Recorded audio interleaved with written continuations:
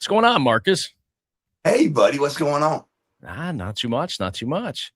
All right. So it's been a while since we've done this. I think it's been about 8 months. Because what was the I was about to surgery? say, 6 months ago?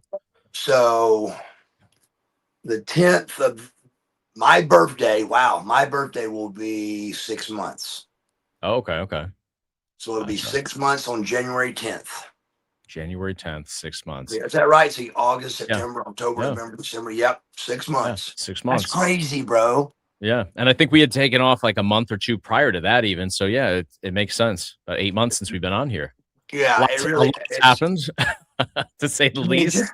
I mean, let's go down the list here. Let's see. Right. I've lost a leg. There you I mean, go. who starts off the interview with that?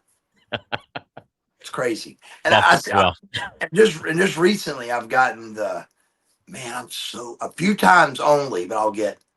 I'm so sorry to hear what happened. I go, where have you been?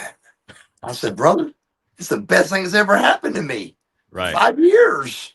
I Yeah. said, be sorry for the 5 years ago, but it's all Right. good.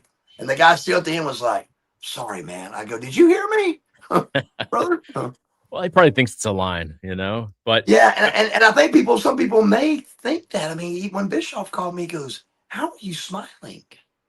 And I said, "Eric, two things." I said, "I thank God. Number one is the sure. reason, but second, and a real close second is really I was miserable, but you don't wake up and go, man, I'm miserable. You go tan, you go work Yeah. out, you keep your diet going, you get on that plane, you get in that car with your legs swung in, you just keep going. But when you finally fix it, you're like, my God, that was really brutal. Yeah. So yeah, but crazy.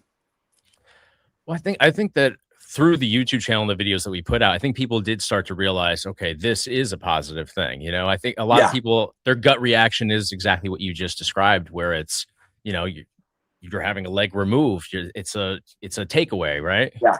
So, It's got to be a negative right, story. And when right. they see it and I'm laughing and cutting up, it's like, wait a minute, what I miss here, you know?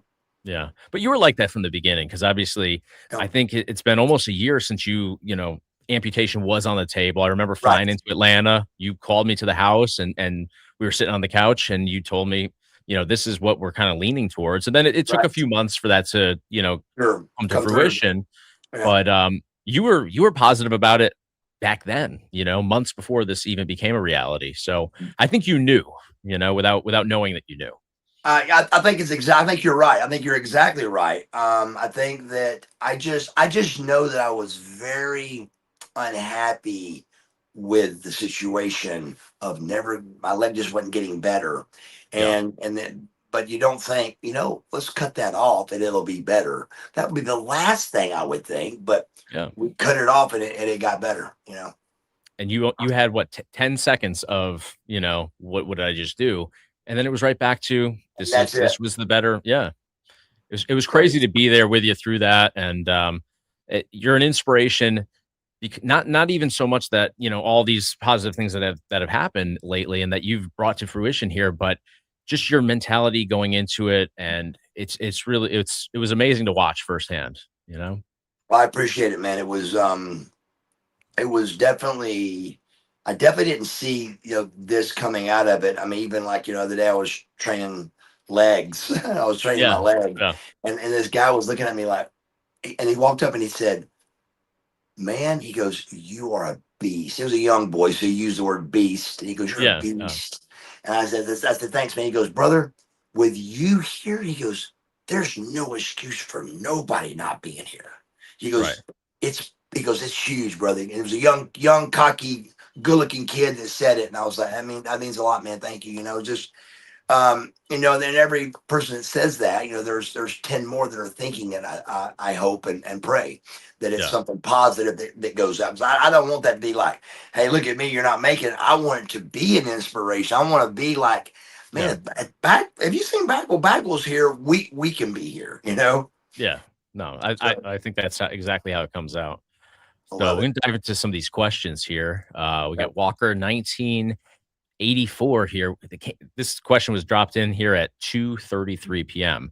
And is this kind of like the Raven effect? So Mark, did you see Raven's documentary that he just released a couple weeks ago? I have not. It's pretty good. It's pretty good. It walks through, pretty much his career a little bit early on. I didn't know that he was, over at the WWF at the time, working for Vince directly prior to, even WCW, I think. So quick little entertaining story. Me and Scotty Levy, that's his name, Mhm. Scott Levy, have been in four different angles in, I think, four different angles in three different companies against each other as four different people. Wow. So it was the Fabulous Fabian, me, versus Scotty the Body. That was his Okay. very first gimmick. Yep. And when I saw Raven wrestle the very first time, Scotty the Body wrestled, when I saw him in the ring in 1991, late 90, early 91, where I was not going to do this good ever. I was horrible at it. Mhm. And when I saw him in the ring, I was like, wow, brother, this guy, wow. As soon as he got out of the ring, I had my pen and paper and was like, how did you do this? And why'd you do that? And how? And Right. how? He was the best wrestler that I saw live for the very first time. And I hooked my trailer to him, brother, because he was really good at what he did. Mhm. And he hooked his trailer on mine because I was a good looking kid. He could beat up and get over Sure. with. Yeah. So it was Fabulous Fabian versus Scotty the Body. Then it was the Handsome Stranger versus Scott Anthony, the Palm Beach Heartthrob. And then Mhm. it was Marcus Alexander Bagwell versus Flamingo. Scotty And then it Flamingo. was Yeah. Scotty, and then it was Buff versus Raven. Wow. It's crazy. That's I pretty didn't I didn't rare. realize that your history went back that far with him. 34 years. The whole ride. The whole ride Wow. was with Scotty. Wow, that's incredible. The That's whole ride. incredible. Wow. And you both recently been over at Dallas's together and reconnecting. So that's good to see. It was really good to see him and to hug him and to talk for a few minutes. And we got this Mhm. story that we share, and it's called the killer tire story. And I'm not sure, I've never even told you this story. Never told my YouTube channel because it's truly unbelievable unless me and him are together to tell. But long Right. story short, we're late for a flight to get home, and I was the champion on getting home, and all the boys knew that I was the best at it. So we're in Dallas. We get there. There's no rent a cars. I talked the dude into driving us at rent a car, his pickup truck, and taking us to the airport. We hop in the back, but his car was something was in it, so we had to get in the back. Going down the highway in Dallas, Texas, the biggest tire I've ever seen comes rolling down the road at me and Scotty the Body, Raven. Wow. And we both have to duck in the truck, and it hits the car behind us and causes a major wreck. And there's only two witnesses this story, and they're both ex-drug addicts. So I didn't think nobody would believe us. But Mhm. me and him share the killer tire story, and it's truly unbelievable that happened. But that is a Wow. true story. And but so tell me a little more. What does he do at his event? How does it go? So it's just a documentary kind of following him around. I think it was filmed a couple of years ago because I know he was doing some agent work with TNA. So they're backstage for some of the TNA stuff that he did. And it basically is him just telling his story in the business, from the early days. At some point, he went to WWF here in Connecticut, worked over there, and then, just kind of documents his different eras Just of wrestling wrestling. business. Yep. Yep. And then, Nothing really personal life. outside the ring. Nothing. It talks a little bit. My only complaint about it was I felt like it was just kind of pieced together based around wrestling. And what we're trying to do is Life. as far away from wrestling, honestly, as possible. Yeah. Obviously, wrestling is ingrained in a big part of your life, but very, very rarely do you talk about wrestling. Right.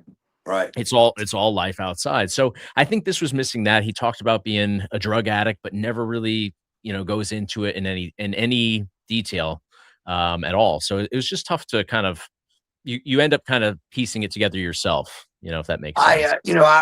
It blows my mind with addiction or just life, Mhm. how it's just hard to put that tag on yourself that I'm a drug Right. addict, I'm an alcoholic. It flows off my tongue pretty easy because I just feel like I've just always been a pretty honest guy, but it truly is not easy to for guys to do that one, and Right. I feel like they, they out you hear in the rooms all the time, just that step one, admitting you're an alcoholic, and it's not easy. It's just not easy a lot of Mhm. times for people to do that one. Step one was easy for me because Yeah. I'm honest about it. And hey, here I am, and let's fix it. But a lot of guys aren't. It's hard. That step one's a toughie, Right. Right. and Yeah, I so mean, guys just don't do it. I can imagine. I can imagine it being tough. With you, I mean, you've always been so transparent. I think in Yeah, the first day, when we sat down and started filming for the first time, I said to you, I'm gonna ask you to talk about, some really personal things. Let me know when, something's off the table. that And you ever never did. happened. Never, never. Yeah, So I mean, you bring yeah, transparency to a whole new level. good. I probably So gave you too much. well, we never I don't feel like we ever put too much out there. I did get in trouble with Marty Jannetty that time though. Yeah, That was me though, I think that caused that more than you. it was. It was your fault. I know. Poor choice on the thumbnail. Sorry, Marty. Yeah. From horror fan, wrestling fan, Buff, I hope you're doing well, and you continue to be an inspiration to keep up the fantastic work. Very Thank nice. you so much, bro. Thank you. Jackson White was here early too. He's a good boy, man. I love this kid. He's a good kid that lives up in Tennessee, and I'm actually speaking at his church coming up Nice. in a few months. Um, Excellent. Excellent. yeah, really, really good. This kid's always been. He finds a special bond with me through his father. His father Okay. passed away, and they were huge Buff Bagwell fans, and which I've had a lot lately. It seems. That bond of taking them back, to Yeah. a cool day with a parent or dad, and they really were big fans, and so he ties me in with dad, and I just love that. I love that to be able to fill that void and do a little something fun for him. But he's a really really good boy. Excellent, excellent. Well, we appreciate you, Jackson. And Yeah, I think thanks, that's I Jackson. think it's a big part of wrestling. I mean, did you ever think that 25 years, past WCW, you'd be at all these conventions almost every weekend, meeting young No, fans of all different ages? I mean, it's crazy how much wrestling has blown up over the last couple decades. well, just a mere think about this, okay? And this I tried to tell Sting this the other day, but I felt like it was getting personal too much, and I didn't want to do that. But just just 20, it was longer than that. So 30 years ago, which is a long time, Hmm. we couldn't get 500 people to come see Sting, and Yeah. now 500 see him every time he does a signing Oh yeah. by itself, Minimum. Right. minimum. So Right. I'm outside of center stage begging people to come in for free to watch us wrestle at television taping, and it's a 500 seat building in center stage, Atlanta, Georgia, and I can't get them in there. We got to give a bike away halfway through for the tapings. And it wasn't just Sting, it was Mach, Nasty Boys, Stacked. Yeah. was Stacked cards. stacked. And it's Yeah. just wrestling itself.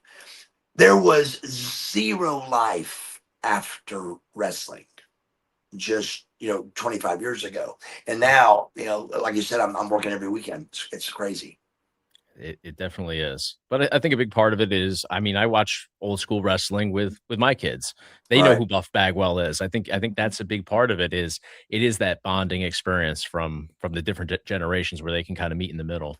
Somebody texted me a pretty cool thing the other day. Somebody on Instagram or something, but it was nobody again because WCW because wrestling wasn't big, and WCW definitely wasn't. But what people don't know is Ted Turner, the owner of the Braves, owned us also, Right. and only the Braves and the wrestlers knew that. But that's a huge deal. Yeah. So Turner one day on a Turner game, Ron Gant he had got traded to the Phillies and was batting against Maddox on the Atlanta Braves. And, Gant was always in shape. And me and Gant were big buddies. We played golf together a bunch and all kind of stuff. I love Ron Gant and we're personal friends. I went to high school with his wife and Heather. And so it was just we're very good friends. But, Ron was always in shape. And the announcer goes, who's that company we own or we're part of? And WCW. And the guy goes, yeah. And he goes, maybe we could call him Buff Gant.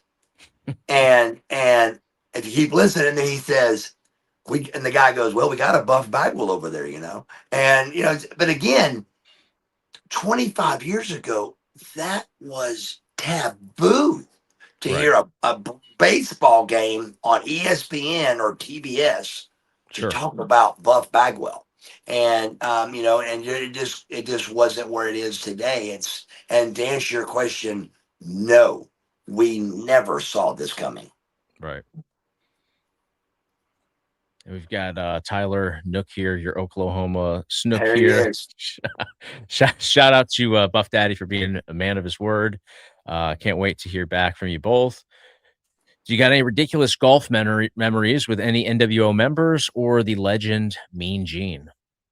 Gosh, no, no. Well, Mean Gene, I got a good Mean Gene story. Mean Gene, I was sitting in first class with Mean Gene on an airplane, and we're getting ready to go. So I can't remember what city we're going to, but I remember him.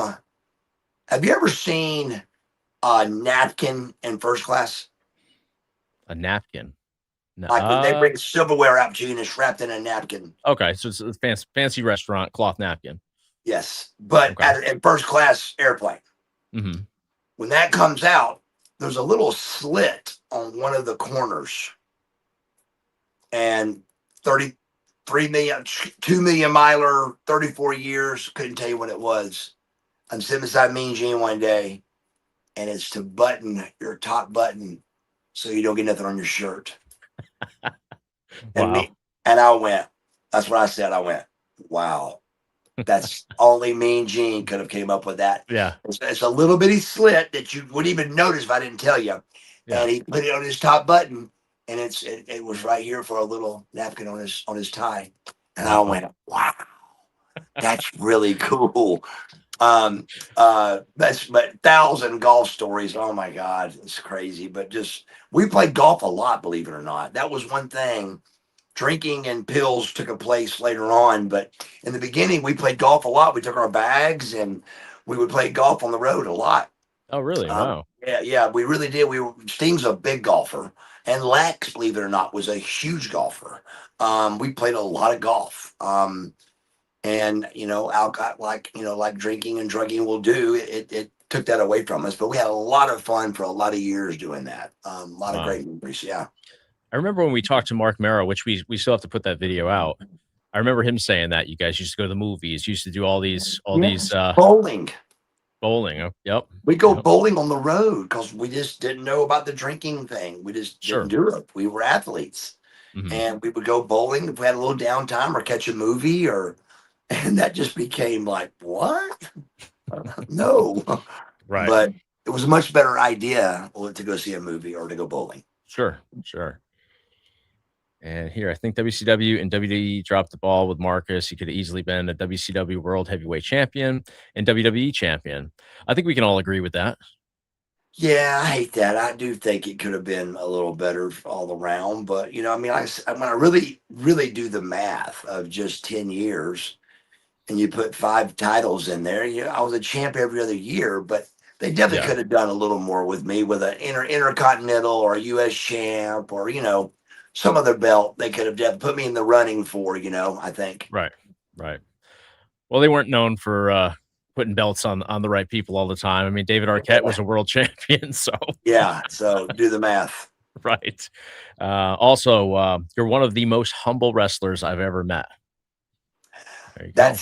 That's a big statement, and that makes me feel good. That's and there was a time where that got pushed out, like well, that's Buff, but I really believe it wasn't necessarily what I was saying. It was that now it wasn't the little Marcus Alexander Bagwell saying it. It was above saying it, so it got more heat. But I was Yeah. always a pretty, low key guy, and just it just if you it got to where if the squeaky wheel got oiled, and when you saw the squeaky wheel get oiled, and you're sitting over there not saying anything, it's like, are you kidding? So Yeah. it was a game you had to play just to keep your head above water. Sure. And here's another question. Mr. Bagwell, if Eric Bischoff had managed to purchase WCW in 2001, do you think you would have eventually won the WCW World Heavyweight Championship? That's a great question, and I really think no. But that's exactly what Russo did. I mean, he told us Yeah. all he wasn't going to do that, and then he did. But I think about your question a lot, brother, with what would have happened, and even when it was the Russo Bischoff booking, you could tell at home who had the book, because Yeah. if Bischoff was booking, it was all his boys, which Yeah. was Of course. me and Luger and Sting. And when Russo was doing it, it was the Jarrett clique. It was Jarrett's and the WWE boys. So Right. you could tell at home who had the book, and so it was fun. But if he would have purchased that company, it would have been a lot of fun, and wrestling would have been even bigger than it is now. I just think we'd have gotten, a good another 10 or 15 more years out of a really good storylines and everything. But that's a great question though. But I don't think champion, but I think he would have been, you know, it would have been like another Vince McMahon, but maybe even better. Yeah. I agree. All right. So we are doing a documentary, and I think it's a good chance to talk about that. Yeah. So the documentary that we're doing, though, is very different than I think what most people are used to seeing. Like we talked about the Raven effect, Ravens, where it just follows him around. This is going to be a story on your life, but the idea that we had was to do this live in front of an audience. Yeah. So Love it. I think that's what's very different about the approach that we're taking here, because you kind of wanted to tell your story in a way that resonated with people, but didn't, saturate them for hours on end. You're going to get in and get out. You're going to tell them the highlights, the low points and all Yep. that stuff. So I think it's going to be cool the way that we really put this together, where it's informative, but I think people just being able to experience what you experienced secondhand, of course, it's going to do a lot of good for people. I think so too. I'm really excited about it. You want to break down how we're doing it a little bit with the Yeah. Kickstarter So thing?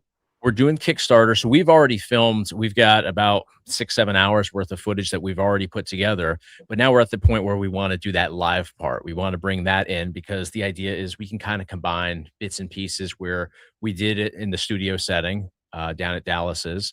And we're also going to have the live section as well. And the live section costs money. We got to rent a venue. We got to travel. We got to get some lighting people, some film people, audio people in. So that's the more expensive part. So we thought bringing it to Kickstarter, where instead of asking for money, asking for support, we can provide something in return. And we've got some great rewards on there for different, levels of support. We've got some little badges. We've got signed posters. You can get the Buff Bagwell airbrushed and signed top hat as well, the actual ones that you get made for yourself. So we've got some really cool rewards in there that people can take advantage of. I'm really excited about that. That way they can get involved and be a part of this Exactly. whole thing, Oh yeah, and get absolutely. and it not just be nothing. You're it's something, you're getting something out of it, and you're part of this journey with me. Exactly. I think it's a great idea.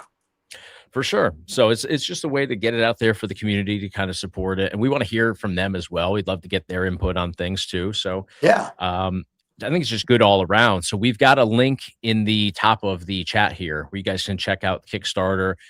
Buff did a video walking through exactly what we're talking about right now. We've got, nicely put together about 3.5 minute long video that kind of explains it in depth as well on there. So guys, click that link and, at least check it out for us.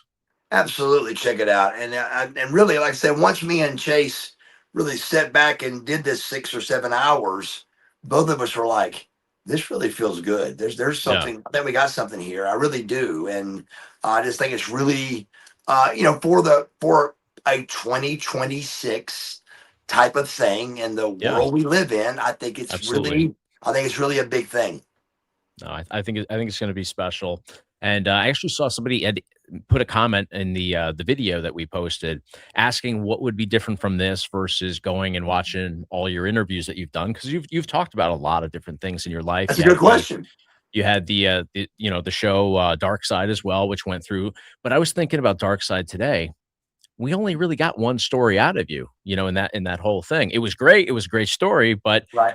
that doesn't tell your story, you No, know? That tells you we one, don't. just one.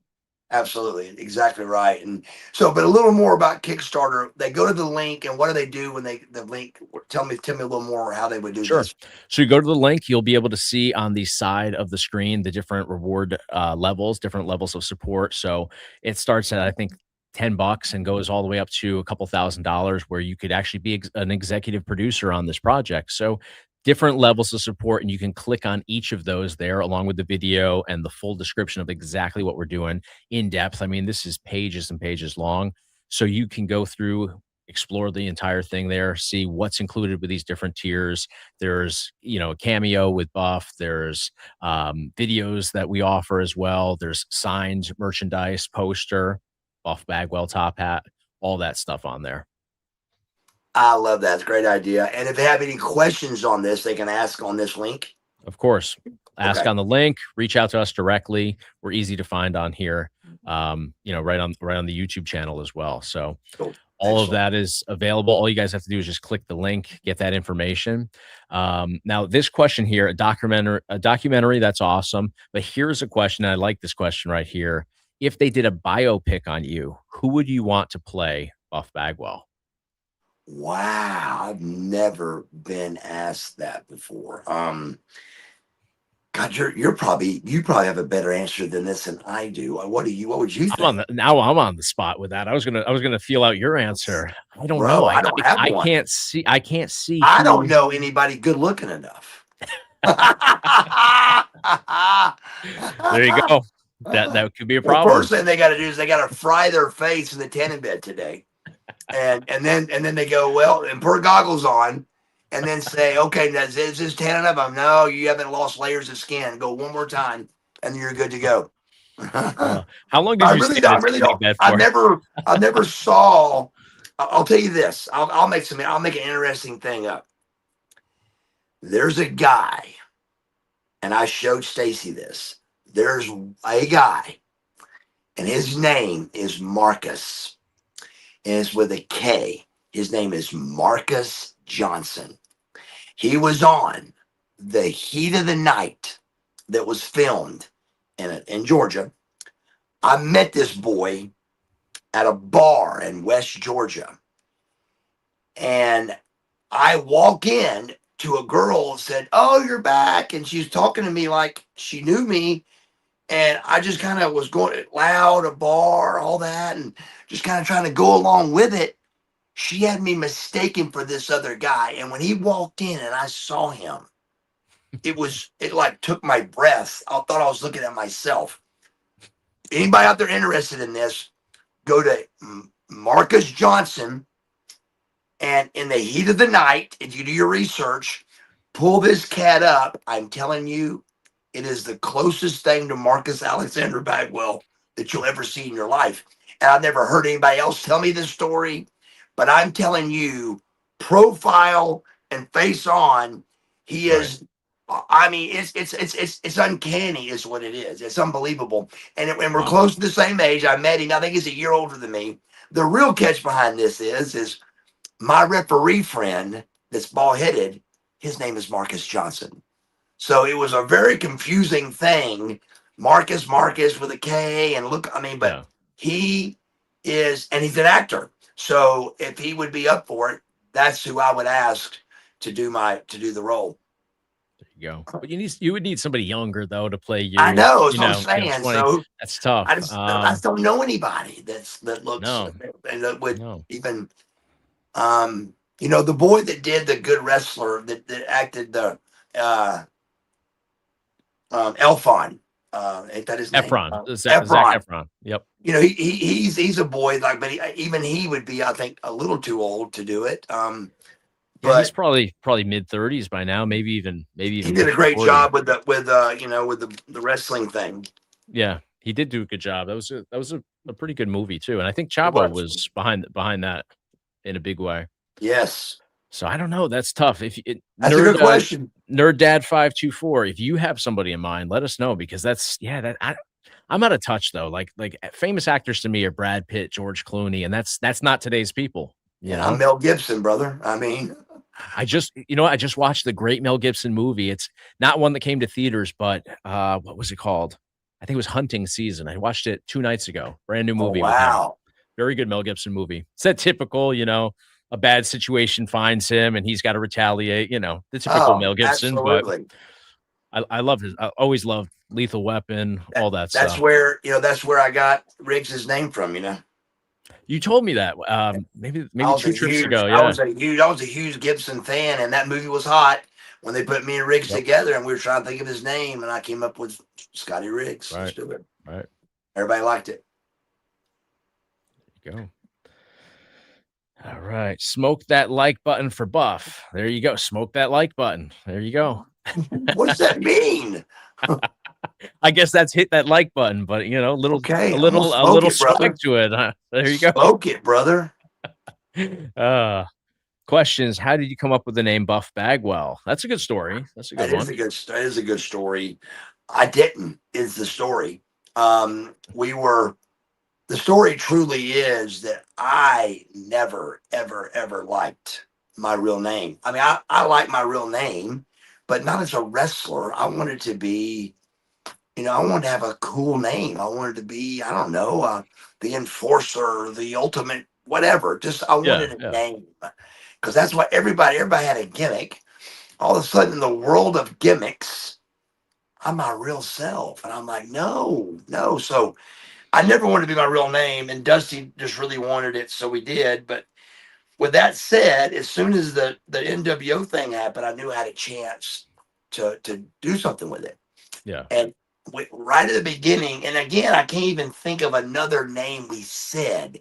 That's how quick Nick Patrick came out with this. But on the airplane, and we heard a voice in the back of the plane in the darkness, and we just heard, "What about Buff?" And me and Lex just stopped. We were like, and out of the light, we could see it was Nick Patrick. He goes, "What about Buff Bagwell?" And we went, "Oh my God, yes, that's Yeah. It just incredible." it just works instantly, yeah. It really did. It was not another name was guessed. It was just that's it. It was I was Buff. I went straight home, airbrush Buff on my tights.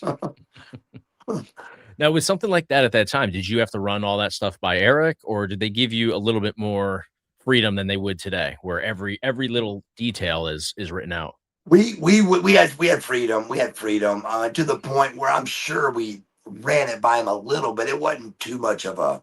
I mean, I Yeah. remember being at a meeting and Eric saying, me and Scotty really did have the run of it, Mhm. and but the other boys started doing it too. And then Eric had a meeting and said, "Look, Scotty and Mark can do this, but you guys can't." And all the boys were Yeah. like, "I'm like, That'll get you some what? heat.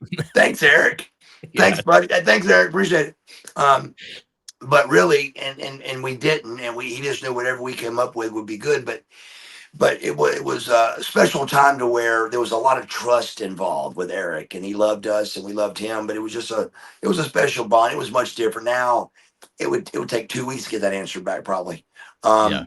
But Oh, what yeah, I for wanted to sure. do, what I tried to do, is I wanted to drop Marcus. I wanted to be Buff Bagwell, but Turner wouldn't do that. He said no way. They liked the Marcus thing too, so it was Marcus Buff Bagwell is what they settled with me. Yeah, So yeah, yeah.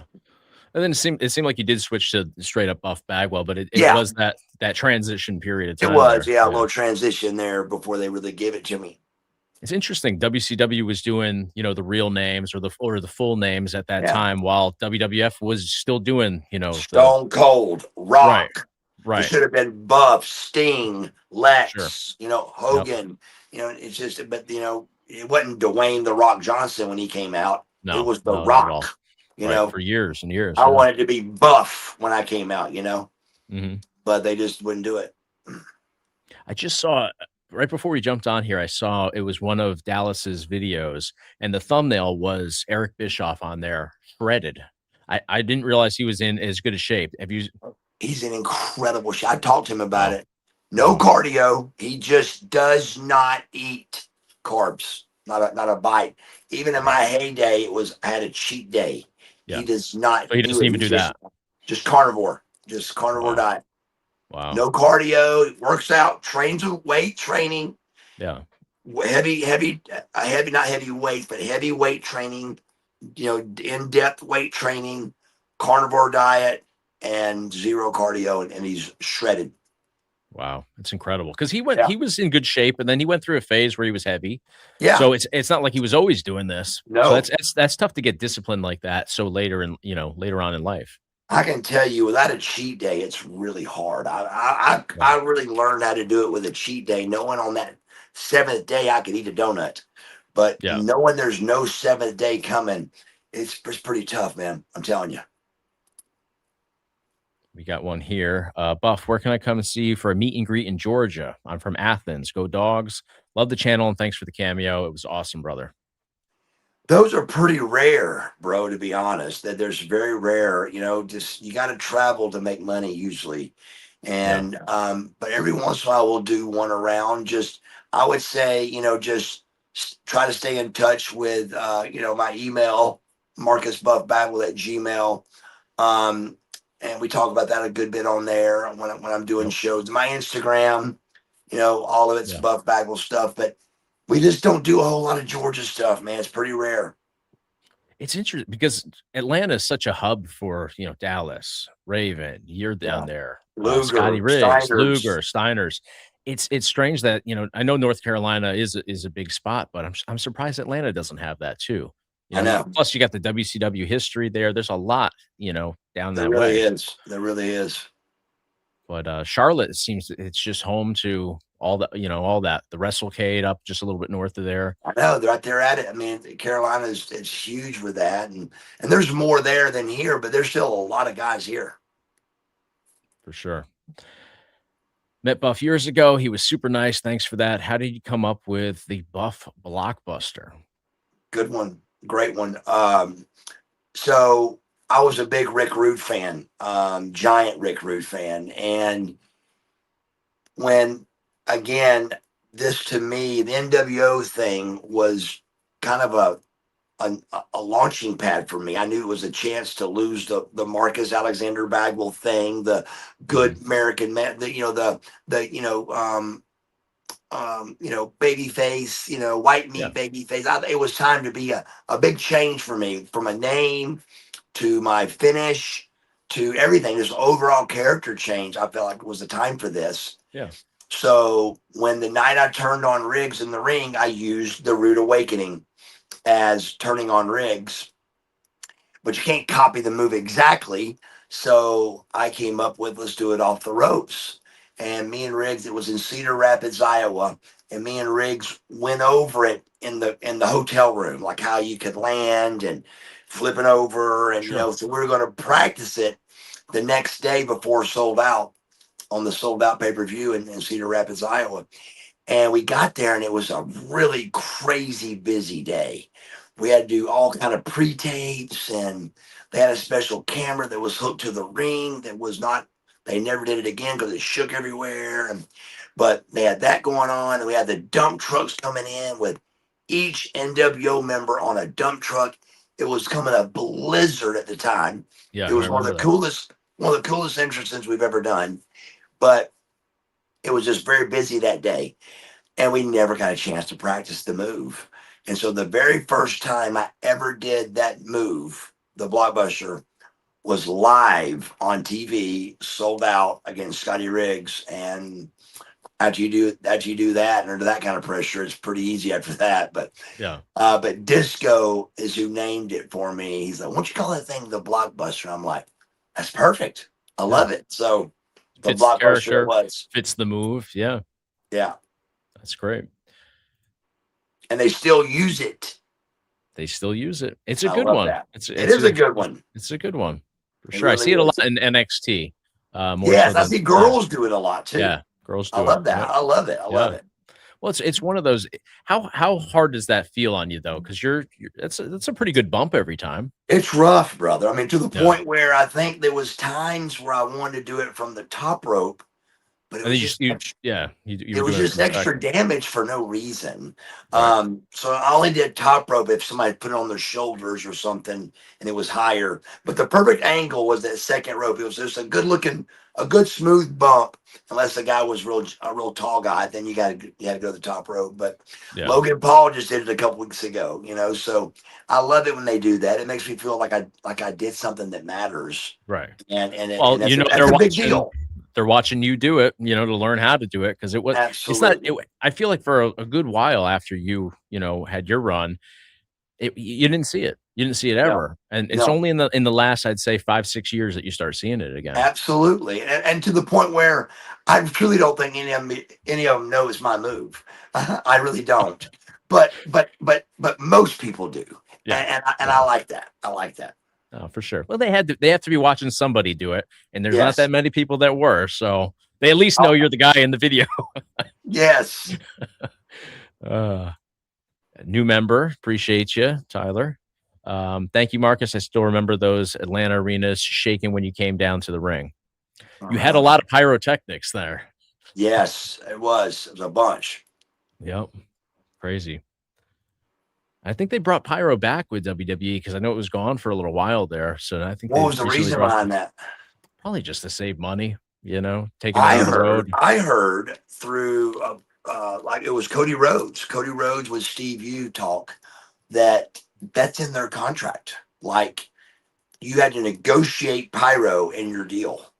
Oh, And interesting. if your pyro came out with you, then you negotiated that and you're paying for it Oh, wow. So it's coming out of to some your degree. okay. Okay. Interesting. Yeah, because they don't use it for that many. I mean, Brock gets it. It seems like the top guys. Cody gets it, Right. obviously. Top You boys. know, yeah. So that does make sense when Yes. you say it like that. All right, let's dive into some of these other questions here. Chase, you're an awesome friend. You were there every step of the way of his journey.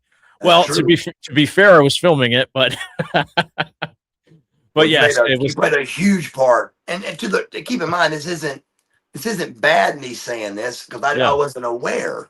But you right. played a huge part with Stacy on this thing. Yeah, Because yeah, she talks about just how without you, it would have been really rough because there was just nobody there for her. On that. And sure.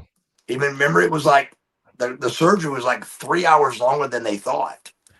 We were a little bit concerned. Yeah, And it was concerned. I mean, she yeah. was worried, that something Well, was wrong. when you were telling Maven about how long it was going to be, we were.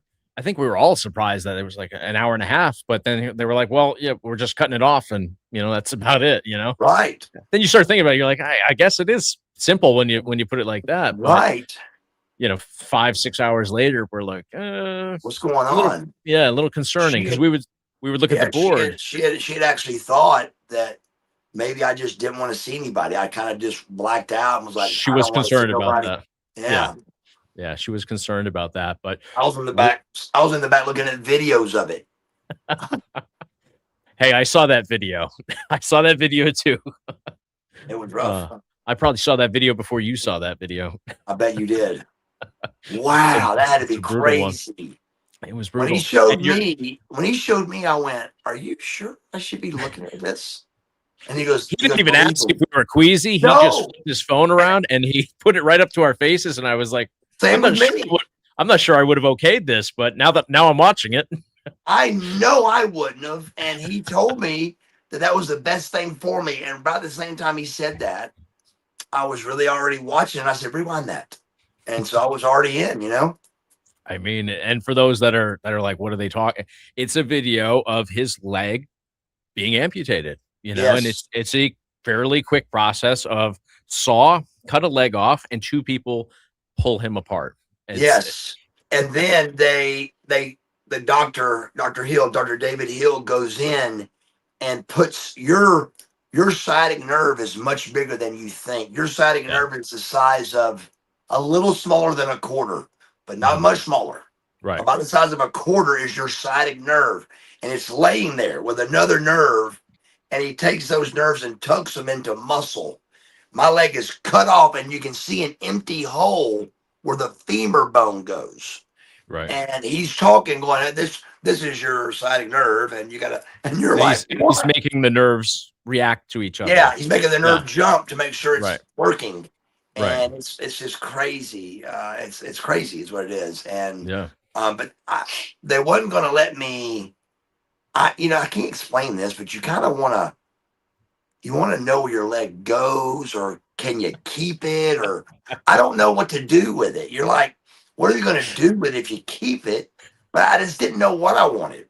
So they were like, you can't keep it. And then that made me want to keep it. I'm like, what do you mean I can't keep my leg? I know. And I they, got quite a few phone calls from you trying to explain to me how you wanted your leg, and I'm just thinking, yeah, this guy's nuts. yes, exactly. I am nuts. But when you go get your leg cut off one day, if it ever happens, it's really weird. It's like, well, I want that. I mean, can I Yeah. have it? And then Yeah. I mean, like, what are you going to do with it? I don't know. You just stick it But in a fridge. I mean, freezer, I mean, right? What do you do? You're gonna. I mean, so we try to get a mold of it, and it was $500. I'm like, yeah. we really want to do this? So Yeah. we settled with the doctor saying, hey, what if we video it and take some pictures? And I was like, perfect. I like Yeah. it. So we did that. Much better than bronzing a former limb. There's my leg. I mean, if there was anybody out there that would do such a thing, I mean, It's me. it's Buff Bagwell. Yeah. Absolutely. Put a top hat on it. Right.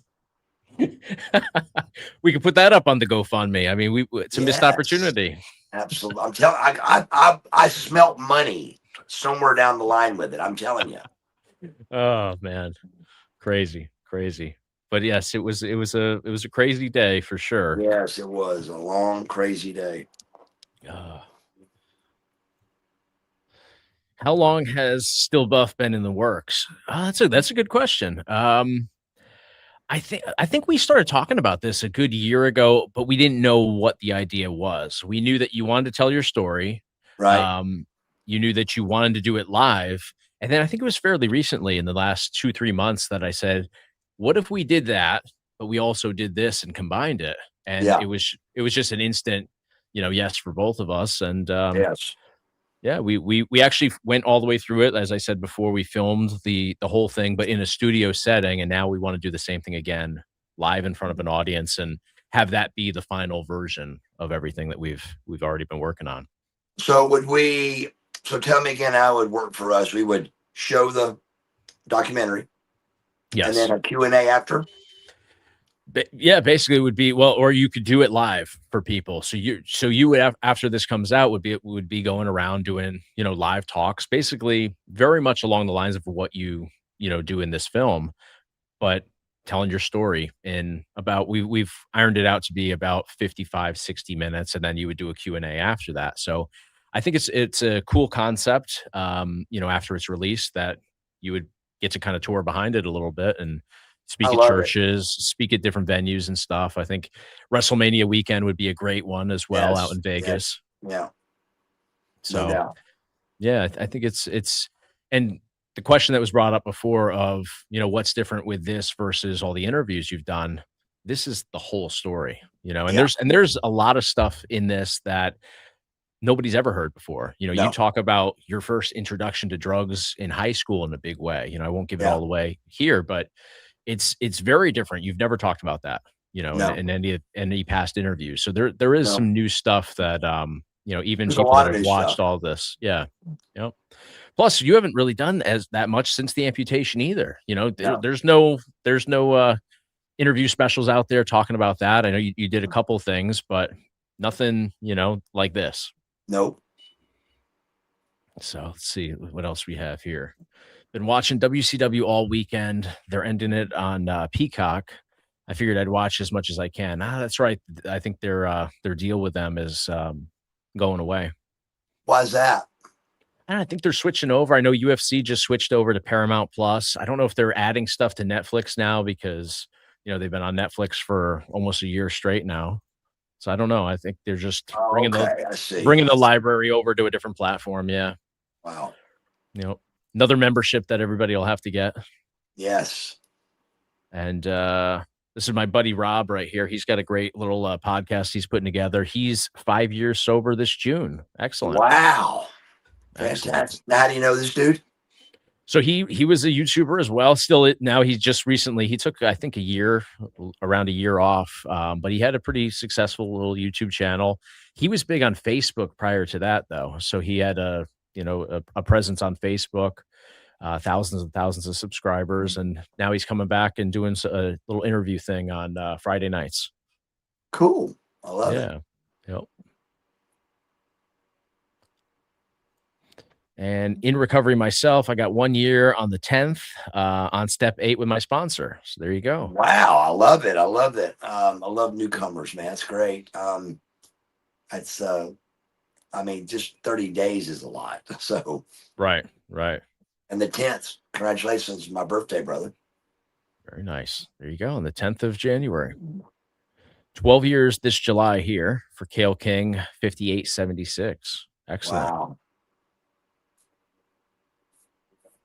See, this is very cool. A lot of great positive comments in here. Everybody interacting with each other. That's what we like to see. Yes. Yeah, it's been a while since we did a live stream on here. It's been we had figured about 8 months or so. 8 months ago. That's crazy. It is. Time flies. Buff, your opinion on what killed WCW? That's a tough one there.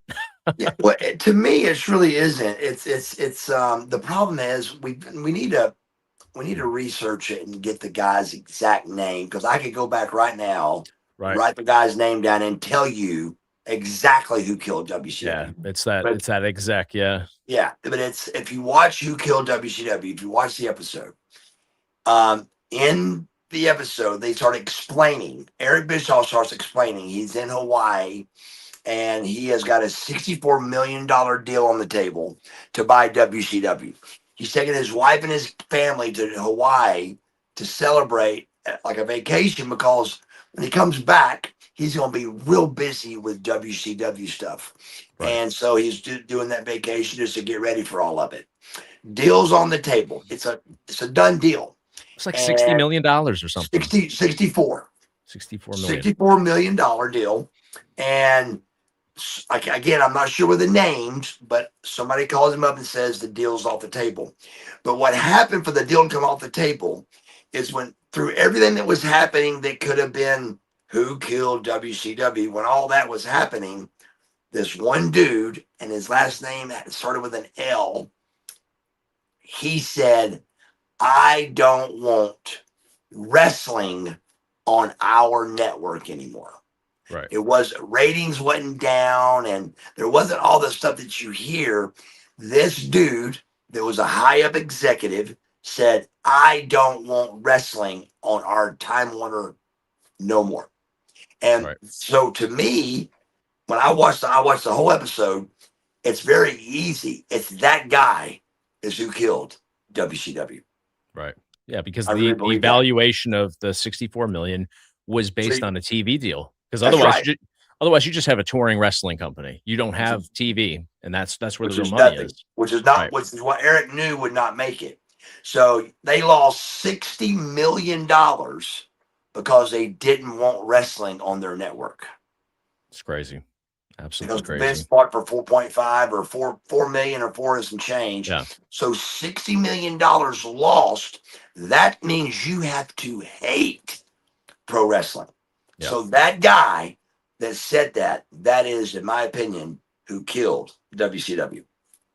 That's crazy, because I think we forget that this was the TV network that owned the company. Whereas usually you have your WWE and you have the networks that you negotiate with. Right. In this case, they're all one, Right. And see, Turner had the most stock. He owned 10% of the company because it's his company, but still he only owned 10%, which is a big share. But when Time Warner came in, they had the bigger stock. So they had more say-so over Ted. So Ted couldn't pull his power on this one. And they just said, we don't outnumbered. Yeah, outnumbered. Yeah. Let me ask you this. You obviously were there the day that, the lights went out on WCW. Did you know who killed WCW until that documentary came out? No, we were told how they kept it a secret. I've got no idea. I mean, I was friends with the big boys, like Yeah. Sting, Luger, Goldberg, and me and Sting and Lex rode in the same car together. So Yeah. this was something that nobody saw coming. Nobody. Right. Right. They had told me and Lex the night before because we had to put over Palumbo and O'Hara, and I was complaining about it, of course. And Johnny said, "Bagwell, don't argue about this one." He goes, "We're getting ready to go on a 6 week break." He goes, "Don't tell nobody." He said, "We're going on a 6 week break, and we're going to come back with a bunch of new ideas and stuff." I wouldn't argue. He said, "Just don't worry about this one." So I didn't say nothing else about it. Didn't Mhm. complain or anything. Just did the job. And the next day, Turner was there. I mean, Vince was Big there. Vince was there. So yeah, WWF was there. So it was something that a few people knew, of course, but man, how they kept that quiet, I got no idea. But they did, and it um, just the who killed it. I don't even think it was. I don't even think it was even a question. Then it was just you know, how could we have almost put Vince out of business and now he's owns us? How did that happen? Yeah. And so nobody knew anything at that stage. It was just over, and it was bad. Yeah. But they didn't explain it. You didn't get the full story. You just knew No, that Shane Vince McMahon Vince was it owned was it, and that was that. and that's how short of a meeting it was. Shane McMahon said, "We own the company. We're going to keep some guys. We're going to fire some guys. We're going to keep some office staff. We're going to fire some office staff." And at the very, you think he's getting ready to go into it, and he goes, "Good luck." And about half the boys clapped, and the other half didn't. And I looked at Lex; he didn't clap, so I didn't. Yeah. And that was it. It was done. It was over. But I went to the car and grabbed a handful of pills and went to throw them in my mouth, and I saw Luger running, and Luger didn't run anywhere. And I was Mhm. like, "Well, that's not good." So he goes, "We're on the show. We're on the show." So somewhere in that final show, it's when Vince is talking about owning us or something. I'm in that clip, me and Luger doing the They aired interview. it. We found it. I sent it to you not too Yeah, long you ago. sure did. You sure They did. they had it on WWF programming. It wasn't on WCW show. So they Ah, they had sent it over to whatever the USA the Network or whatever it cast. was. Yeah. Yep. Got it. So you guys, it's your segment, and he's cutting a promo on WCW, but it's Right. you and Lex on the screen next to him. Got it. So Yeah, crazy how it all it went really down and is. took that long to really unfold. Where everybody was able to get closure on it. I guess. Yeah. Here's a good one here. So my cousin's husband lost both of his legs. What can I do to bring up his spirits? Have It's a him little bit call a me. little bit different, a little bit different than what you've gone through. There It you go. is. Have him call you. I mean, I'd love to talk to him. Call me just email me at marcusbuffbagwell at And you'll set it up. gmail.com. And I'd love to set up talking to him. The answer is there is, there is a lot that can happen to bring his spirits up. And there's zero reasons for him to be down. Yes, another leg attached to this problem I've got would be a lot, Yeah. but I'd still be in the gym tomorrow. I still would have went and fried my face in the tanning bed today. I still You're be you're doing a man this. of your routine. I still would get my protein shake in right after this. I'm Yeah. still going to excel in life. So there's no reason why he can't. And I would love to talk to him and help out if I can. Here's a good one. Hi, Buff Bagwell. Have you thought about signing with WWE now as a manager? Was that something you'd be open to? Absolutely. That's something I've been open to for about the last 30 years. But but no, Yeah. so the next thing, and it's a great question and I love it. But the next thing for me, I believe that that I would love to do, and I have no idea, zero control over this, would be what they call as a legend deal. And I'd love to come in and see if I can, make some money for them and be part of that beautiful, wonderful WWE company. But it's just a process, of you know what they want and when they want it. But I'd love to be under that umbrella. So I'd love to do anything, WWE related. I can see you as a manager for sure, but I think your presence backstage at this point in your life where you are in recovery, you're over 3 years sober. I think you could do a lot of good for them behind the scenes. I do Just too. helping young talent. I do too. I've always wanted to, at any level, talk to young talent for a spot, for life, for anything, for an interview, anything, anywhere where I can help, and I would love to be part of that. I'd love to be part of that. A young career. Oh, for sure. And we talked about this a little bit before we went live tonight because before we go on here for everybody, when we do these live streams, it's you and I right here talking to just each other, and we talked about, you where drugs kind of got out of control with you, and it was the time that you had, backstage where you would get to a venue at 12 and the show would start at 7 or 8, and you have all Yes. that time. 8 hours, and the board didn't go up till 5. Yeah, So you got 5 hours before anything happens. And it right. was a long time before Eric let us go work out. And so it was there for 8 hours, just sitting there eating, Yeah, playing cards, whatever. Or we could walk right outside and have a whole lot of fun. right, And I'm gonna let y'all guess which one we did. right. And it was, I mean, I don't know who would have, and it wasn't like, I mean, I can tell you this: the guys that wasn't in the car were mad that they wasn't in the car with us. So there wasn't a car to get into that was doing something good. It was just, it was just, that was the solution. We Yeah, we just were smart. We had figured it out. We wasn't going to lay there and just be bored all day. We were going to come in, get a little buzz, get a little something to eat. You take a little nap, and you're good to go. And you just killed 3 or 4 horrible, boring hours and filled it with friendship. We really thought we had it figured out, but that slowly just, and I mean slowly, but it slowly got out of hand. yeah. No, for sure, and it's still like that, to this Oh, yeah. day. The experience I've had with TNA, it's the same thing. You get there at 12 or 1 o'clock, and they're there for that stretch. So there's still that, it's obviously a different, situation, I think, from what Yeah. it was in the 90s, but there's still that temptation there. There's still that, hey, we have this That amount of time where we're boredom, stuck here. Right, right. boredom, and that's time, bro. And it stops. It really does No, stop. no, for sure. All right, let's dive into a couple more questions here. What was the very first car you bought? That's a great question. I've never been asked that in any of all this stuff. Um, the first, well, first car I bought, I mean, I can tell you that one too, but I would rather talk about the first car I had. That was, Mhm. my parents bought me. I came from a wealthy family, but I was just 16. I didn't really know what I wanted. But they bought me, in that day and age, the top of the line Jeep was called a Laredo. There were these things called CJ7s. It was kind of the no heater, no air condition, Mhm. no leather seats, and no hard top. And they were called CJ7s.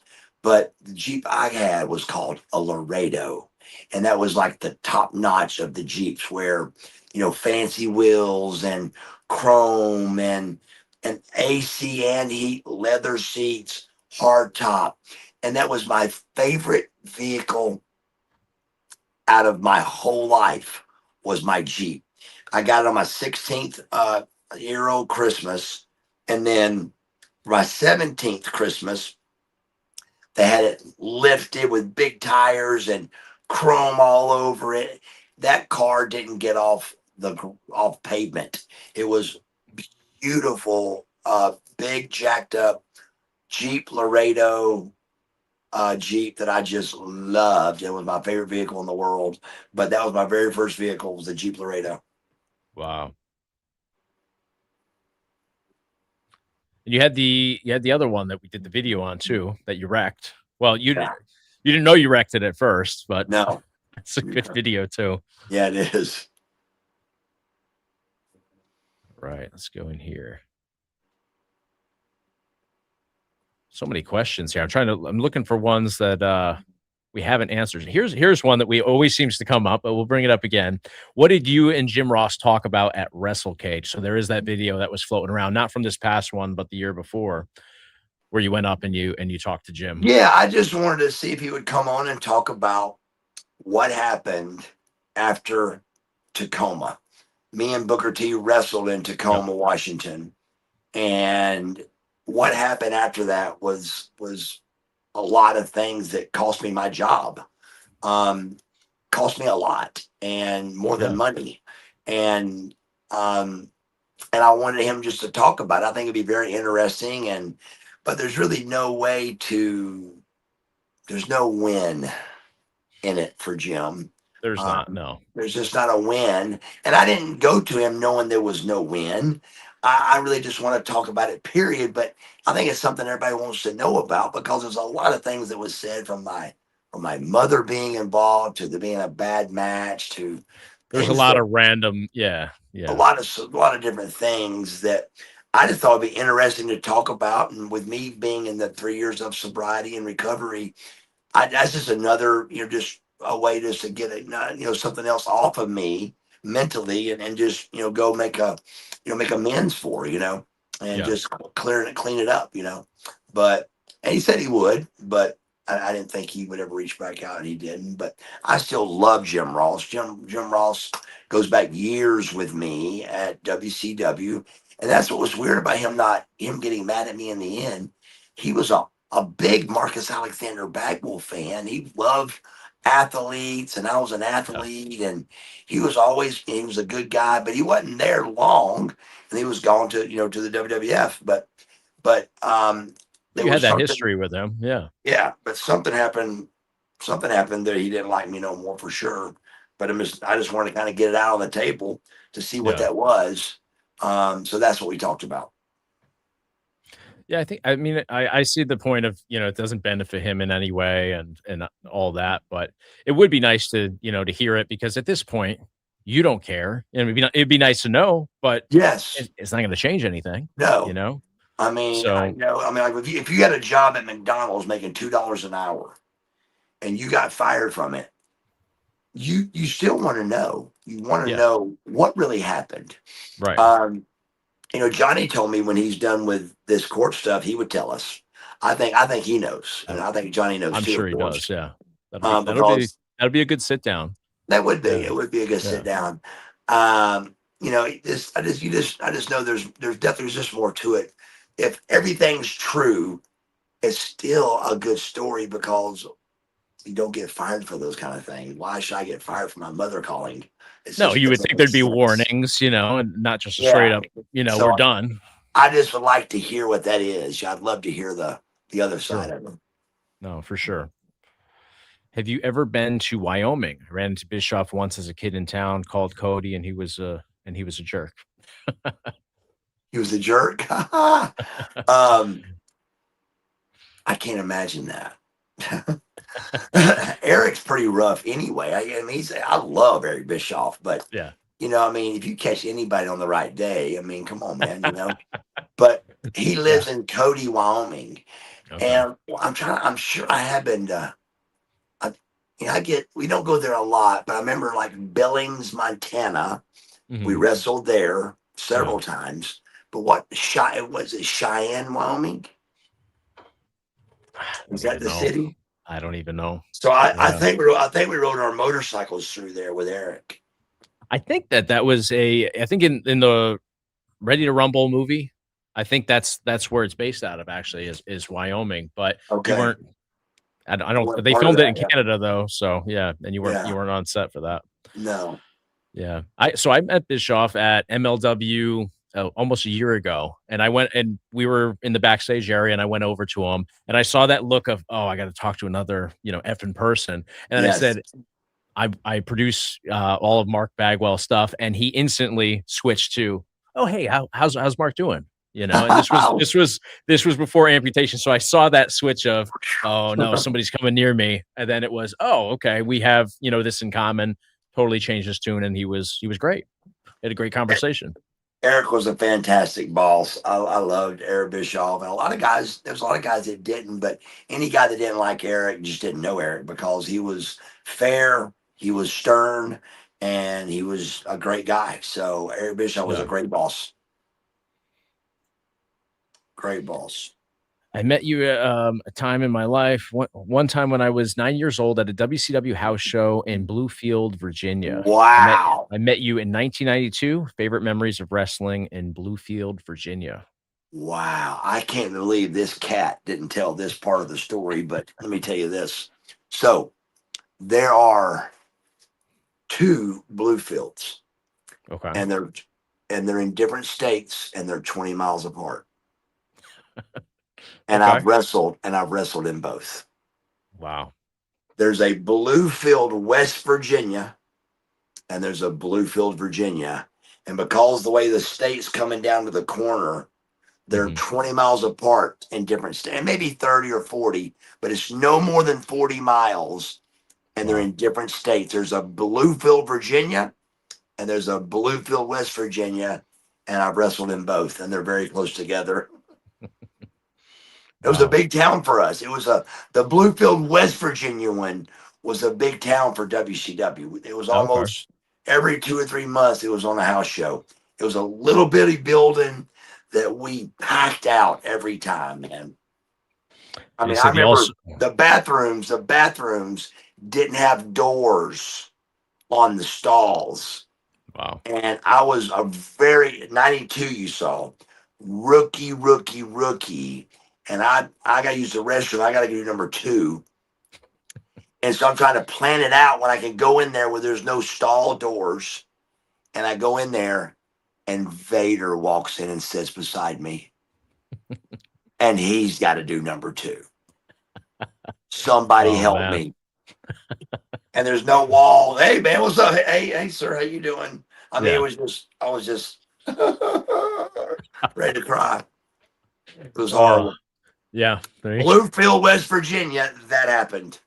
Well, here's another question. This might be you might have just told us the answer. If you could go back in time, what would you do all over again in professional wrestling? Not hit the restroom with Vader, apparently. Yes, there's the answer. No, so what did they say? If you could go back in time, what would you do all over again in professional wrestling? Oh man, that's a great question. What would I say? Gosh, that's a good question, Chase. Um, I I don't know. That's such a good question. I gotta like think about it. I got a bunch of answers, Right. but I gotta think which is the best one. That's a good question, man. And from Jordan from Canada, 3462. Be nice to be involved with WWE, but you don't need it, brother. As Shelly Martinez says, wrestlers are so multi talented. There's so much opportunity for success, even outside of WWE. Yeah, it's true, but I mean, I still love this business. Yeah. So by being part of the business, still, I just love it. I love to be where again I can help young talent or Right. in the recovery part of WWE, wherever Marcus Bagwell could go. I would just love to be in this business. This is all I've done for 34 years of my life. Yeah. So I would love to And be part of they're that top level. I mean, AEW's got some good stuff going on, TNA as well, but they're nowhere near. You know, no, they're nowhere. They're not even the same stratosphere as no, WWE in terms of the massive footprint that they have just on the world. yes. And here's a question. I actually saw somebody had shared this. Hey, Buff, any action figures upcoming for you from Mattel or Ringside Collectibles, unsanctioned series? I'm not familiar with action figures, but are there any action figures coming out from these companies that you know about? Yes, there is. I got I got the very first Marcus Alexander Bagwell figures coming out. Um, they're they've got my Stars and Stripes outfits. They got my black with a sequence down the side with the Marcus on one side. They got those tights. Hmm. Um, there's three different me and a pair of me and two colds. Kind of tights that I came up with there. Those cool colors.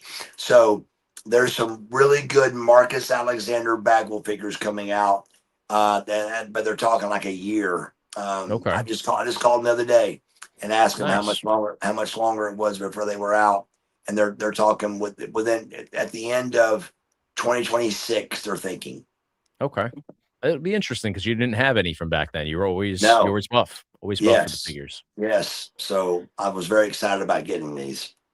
For sure. Well, we're gonna wrap it up. We'll do one more question, but for those that have joined us, I see we have more people here right now. We do have a Kickstarter for a new documentary that we've already started working on for Buff here. We're gonna be combining documentary with live show where he is telling it's basically a filmed version of a one man show where he's going to tell his life story.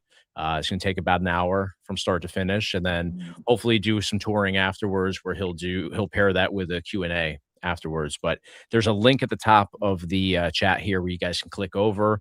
We're giving away some opportunities for different reward levels. You can get a Buff Bagwell hat. There's signed merchandise. There's signed scripts. There's wide range of great options there. So click that link, guys. And let's see. If you have any questions or anything, please feel free to, ask us any questions that you want to ask, and just Sure, we'll be hands on with this thing. for sure. And there's a way to communicate through Kickstarter with us directly. There's also email, of course.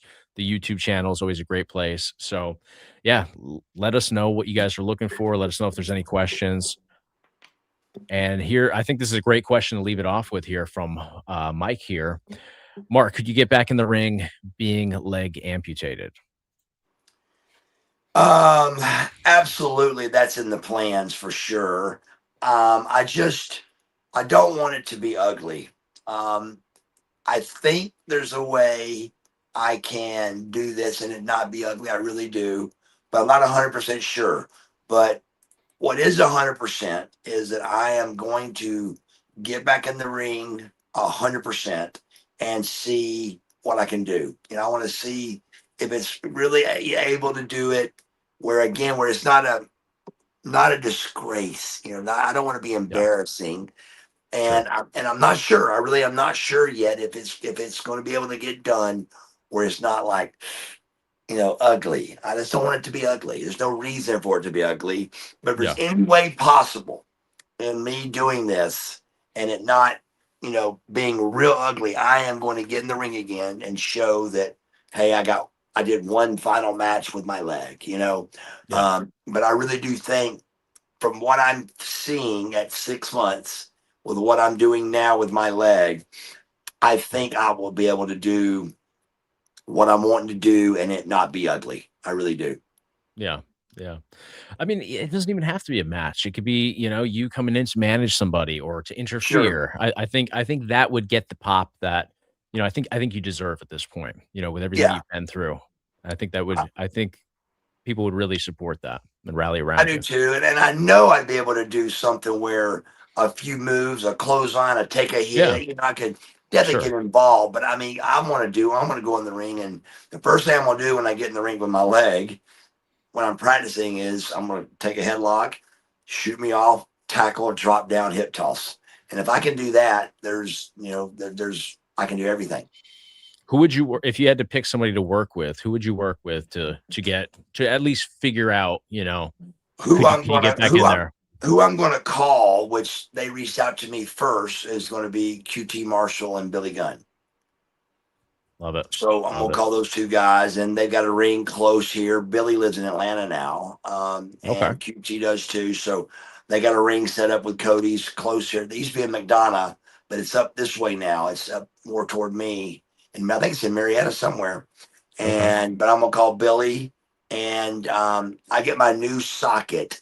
This socket made it 6 months to where I've got to wear a couple of socks now to make it fit Okay. perfect. Okay. But it's time for a new socket, and that will again maybe last forever, or with no sock. But the socks just make it a little tighter for you when it starts getting loose.